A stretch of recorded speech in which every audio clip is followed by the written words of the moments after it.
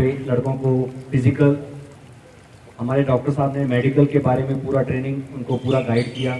उसके अलावा यहाँ रिटन टेस्ट के लिए भी उनकी क्लासेस का अरेंजमेंट किया गया। जब इनके बात कर सके, बाकी मेरे ऑफिस में तो हमेशा खुला रहता है और हमेशा ये मेंढक एकता समिति, इसका गठन हमने अधिकारी महोदय कर्नल कपिल भट्ट साहब सीखते हैं।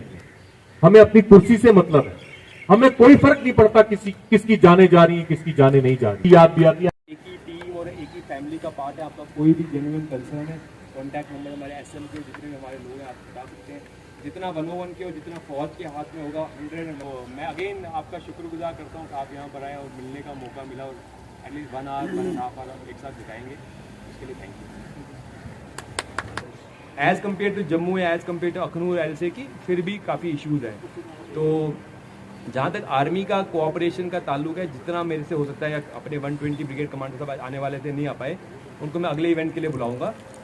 उनके थ्रू मैं आपकी 101% हेल्प करूंगा। मेरी यूनिट का नाम ही 101 है, तो हम 101% हेल्प करेंगे आपकी, ठीक है। ये हो गया। एंड सेकेंडली कौमी एकता जो हम जिसके लिए मिले हैं, आई थिंक कि हमारा कौमी एकता काफ़ी अच्छी चल रही है स्ट्रेंथ को देखते हुए, एंड ऐसे ही चलनी चाहिए। अगर आपने डेवलपमेंट कुछ करना है, अमन के बाद ही डेवलपमेंट है ना, उसका पहला क्राइटेरिया ही पीस है। पीस के बाद ही प्रॉस्पेरिटी आएगी, एंड प्रॉस्पेरिटी के बाद ही हैप्पीनेस आएगी। तो पीस चल रहा है, इसको चलने दीजिए। बीच में स्पोर्ट्स वाले आए हैं तो उनको स्पोर्ट्स कराना है, वैसे इवेंट कीजिए। 15 अगस्त आ रहा है, उसका कोई इवेंट कीजिए। I want to congratulate CEO साहब। सर आप आए हैं तो आपने आते ही एक बड़ा अच्छा इनिशिएटिव लिया है। हम ये रेगुलरली मीटिंग्स करते रहे, लेकिन due to COVID, due to one reason और another, we could not participate और ऑर्गेनाइज दीज थिंग्स। तो ये सर बड़ा अच्छा एक स्टेप है। और बाकी मेंटर के बारे में मैं आपको बताऊं, उससे पहले सब लोग बता ही चुके हैं और आप खुद भी यहाँ सर्व कर चुके हैं, तो आप अच्छे से वाकिफ़ हैं यहाँ सोसाइटी के बारे में। तो जो एक हमारा हिंदू मुस्लिम भाईचारा यहाँ पे जो है, मैं कहूँगा वो इसकी कोई मिसाल यहाँ इससे बढ़कर यहाँ नहीं, कहीं नहीं हो सकता। जो कहीं बाहर लोगों को कहीं दिमाग में कुछ है इस तरह की बातें, लेकिन मुझे 2.5 साल यहाँ हो गए, लेकिन मैंने ऐसा कुछ नहीं देखा। और यहाँ सभी जैसे यहाँ हमारे कुछ हिंदू भाइयों ने बताया, मुसलमान भाइयों ने बताया कि सबके सुख दुख में, हिंदू के दुख में मुसलमान ज़्यादा शामिल होते हैं और मुसलमान के हिंदू। यहाँ वो ऐसी कोई बात नहीं है। मैं थोड़ी सी इन लोगों की भी पहचान करवा दूं।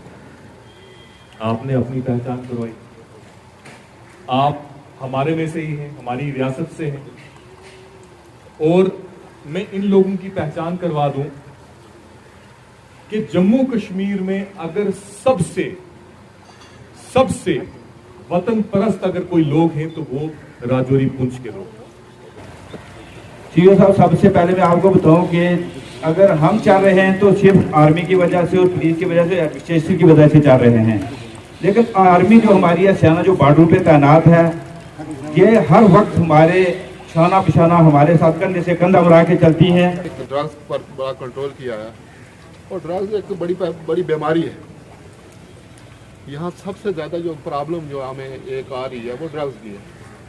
डीएसपी साहब ने बड़ी कोशिश की है, तो ये भी हमारी तकरीबन एडमिनिस्ट्रेशन सारी लगी हुई है कि ड्रग्स को किसी तरीके से वो कंट्रोल किया जाए, क्योंकि हमारी सोसाइटी जो पैरालाइज हो रही है। इसकी जंग हो, 65 हो या 71 हो, फिर 99 हो, हमारे आबाद और अजदाद ने उस वक्त सड़कें तो ये नहीं होती थी, हमारे आबाद और अजदाद ने यहाँ से अम्निशन अपने कंधों पे ढोया है, और ये इंडियन आर्मी के साथ शाना पिशाना रहेंगे।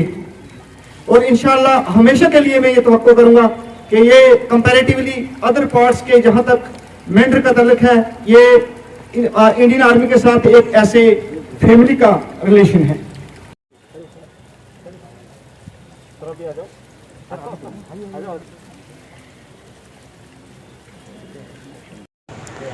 मैं बलराम शर्मा, प्रेसिडेंट सनातन धर्म सभा मेंढर से हूँ। ये जो हमारी एकता कमेटी मीटिंग आज जो हमारे नए सीईओ साहब कपिल भट्ट साहब आए हैं, उनको आए हुए तकरीबन 10 ही दिन हुए हैं, और उन्हें आते ही एक एकता कमेटी हमारी जो है मेंढर में ऑर्गेनाइज की। मैं अपने दिल की गहराइयों से सीईओ साहब का शुक्रिया अदा करता हूँ।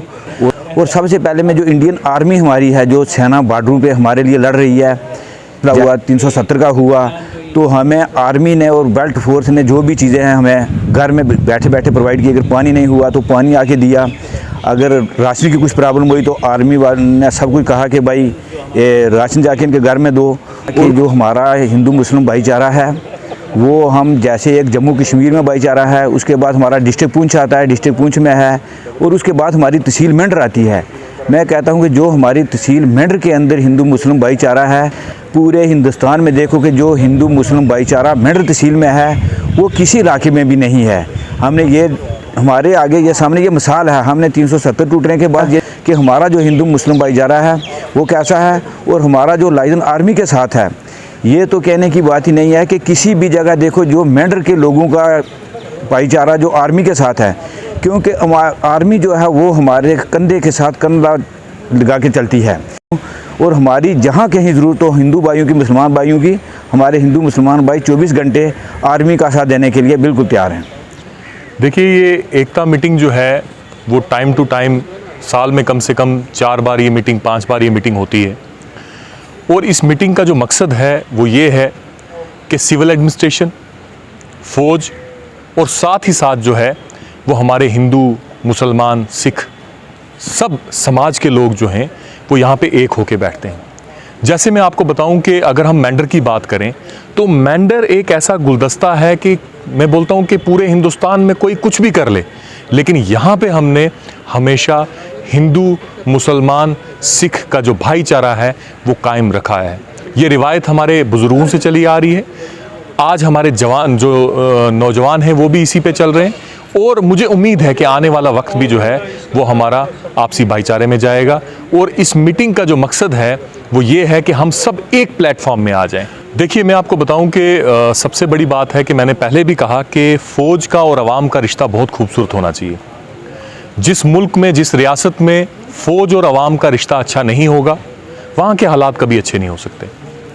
अगर मैं अपने इलाके की बात करूं, आज हमारा फ़ौज के साथ रिश्ता इसलिए अच्छा है, कोई भी सरकार आए, मैं भी एक सियासी पार्टी से हूं, लेकिन कोई भी सरकारें आई हमारे लोगों को जो बेसिक नीड्स हैं वो नहीं दे पाई, लेकिन फ़ौज को एहसास था कि इनने बुरे वक्त में हमारे ये जो लोग हैं ये हमारे साथ खड़े रहे, और इनको मैं क्या कहूं कि मैं इस फ़ौज के जज्बे को सलाम करता हूं कि हमारे जितने भी बॉर्डर के लोग हैं, अगर ये फ़ौज उनके साथ खड़ी नहीं होती तो मेरे ख्याल से ये लोग जो हैं वहाँ से हिजरत कर गए होते।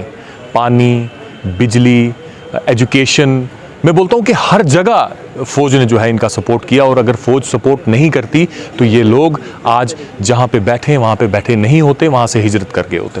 मैं पूरे भारतवासियों से एक ही बात कहूँगा, सबसे बेहतरीन रिश्ता अपने मुल्क के साथ बनाओ, और उसके बाद फ़ौज के साथ बनाओ, और उसके बाद जो सिस्टम है उसके साथ भी बनाओ, लेकिन पहले जो 2 रिश्ते हैं वो अपने देश के साथ और देश की सेना के साथ बनाओ।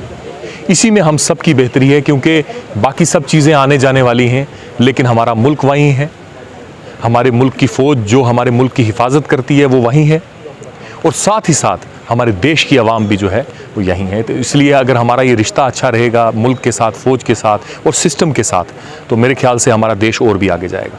सर, ये इस एकता का मतलब ये है कि सिविलियंस और आर्मी के जो रिलेशंस हैं उनको आपस में स्ट्रेंथन करना है, और यहाँ के लोग जो हैं आर्मी हमेशा लोगों के साथ शाना पिशाना रही, और जैसे कोरोना था पिछले दिनों में बहुत कोऑपरेट किया, सैनिटाइज़र दिए इन्होंने और बड़ी चीज़ें दी, तो लिहाजा सिविलियंस भी इनके साथ कोऑपरेट करते हैं अगर कोई इस किस्म की कहता है या कोई और वबा आए मुल्क में।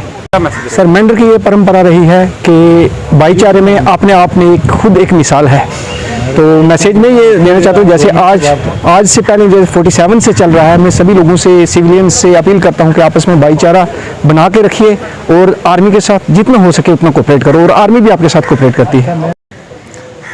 जहाँ तक एकता कमेटी की मीटिंग का है तल्लक, तो इससे पहले भी 1-2 बार मैं यहाँ आया हूँ, आपसे शायद बात भी हुई थी।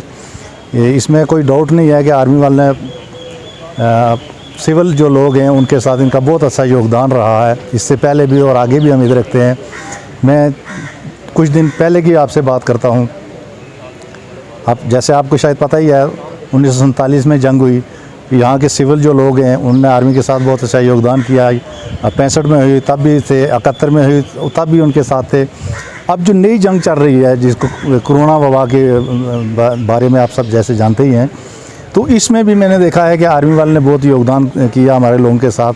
हम भी उनके साथ चलते हैं, ऐसी कोई नो डाउट के हमारे लोग भी उनके साथ रहे, लेकिन इनको भी जब मौका मिला तो इनने भी कभी पीठ नहीं दिखाई आवाम को। जैसे पानी का कोई मसला हुआ तो ये अपनी गाड़ी के ज़रिए पानी भेजते हैं, मेडिकल कैंप्स लगाते हैं, उसके बाद सैनिटाइज़र वगैरह और मास्क वगैरह, उसके बाद अवेयर करते हैं लोगों को कि कैसे कोरोना के टाइम में कैसे रहना है।